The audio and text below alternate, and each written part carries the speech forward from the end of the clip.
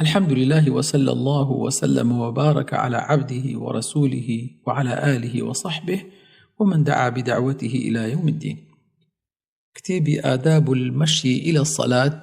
لكتاب مشهور كان الشيخ محمد كري عبد الوهاب كأم كتابا جوازي لقل كتابا كاني تري بيشوتر كهندك آما شمان بوي كرد هيا لويك أما كتابك باسي فقه كات كتابكش أو نبي كتابك تهيبت بفقه بونمون لأحكام وضوء ودس بيناكات باسكي خوي ودس بيناكات داريش أتشيبو هند مسائل تر لفقه يعني وكو شون بليكم الله باسيك درباري فقه كعنوانك آداب المشي إلى الصلاة. عندك لواني باسي جانامي شيخان كردوه وتوانا لبر أو بيت لواني ليرة باسينا كردوه أو مسائلی تایبەت بە دەستنوێژ و نوێژەوە بەکاملی چونکو کتێبێکی تری هەیە لەوێ بە تەواوەتی باسی ئەو مەسەلانەی کردووە دیارە اکتیفای کردووە بەوە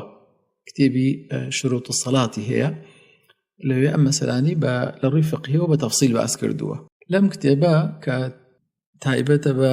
ئادەبەکانی ڕێکردن بۆ نوێژ آداب المشي إلى الصلاة هەندێ بابەتی تریشی خستوتە پاڵ ئەم عنوانە ئەم باسی کە لەم کتێبایە کات وەکو شێوەی نوێژکردن وەکو ئەحکامی نوێژکردن هەروەها دوو بابەتی تری سەربەخۆشی خستوتە پاڵ ئەم کتێبە کە باسی زەکات و باسی ڕۆژووە وەکو منهەجیەتی نووسینی کتێبەکەی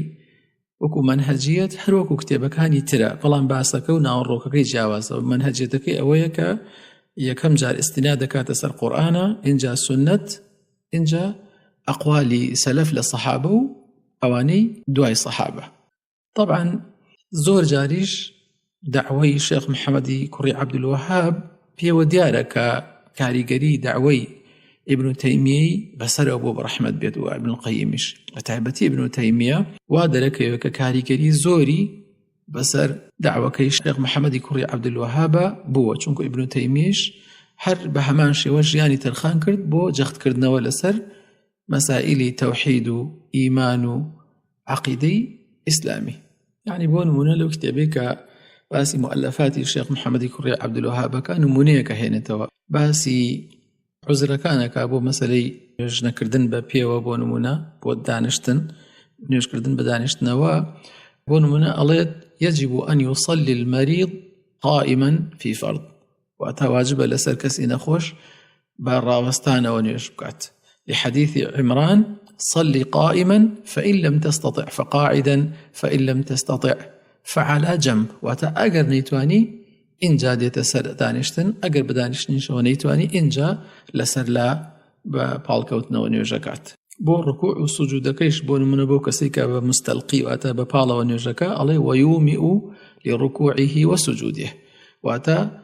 بۆ مەسەلەی ڕکوع و سوجود بە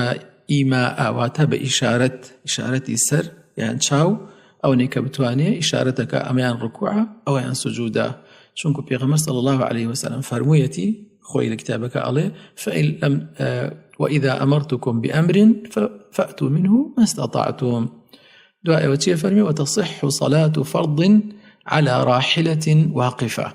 أو سائرة خشية تأذن بوحل ومطر لحديث يعلى بن أمية رواه الترمذي وقال العمل عليه عند أهل العلم. أما بو نمونا يعني نقل مكرد بو بزاني كشيخ محمد كوري عبدالوهاب هرشي هينتوا بمشيوا آية أقرنا أتتسر سنة ودعاء أتتسر قصي سلف. أم كتابيش كومال شرحي دنجي وشرحي نوسين وأوي لسر لوانا الشيخ صالح الحيدان وعبد المحسن البدر أروها الشيخ محمد بن إبراهيم آل الشيخ شرحي كتابي آداب المشي للصلاة هي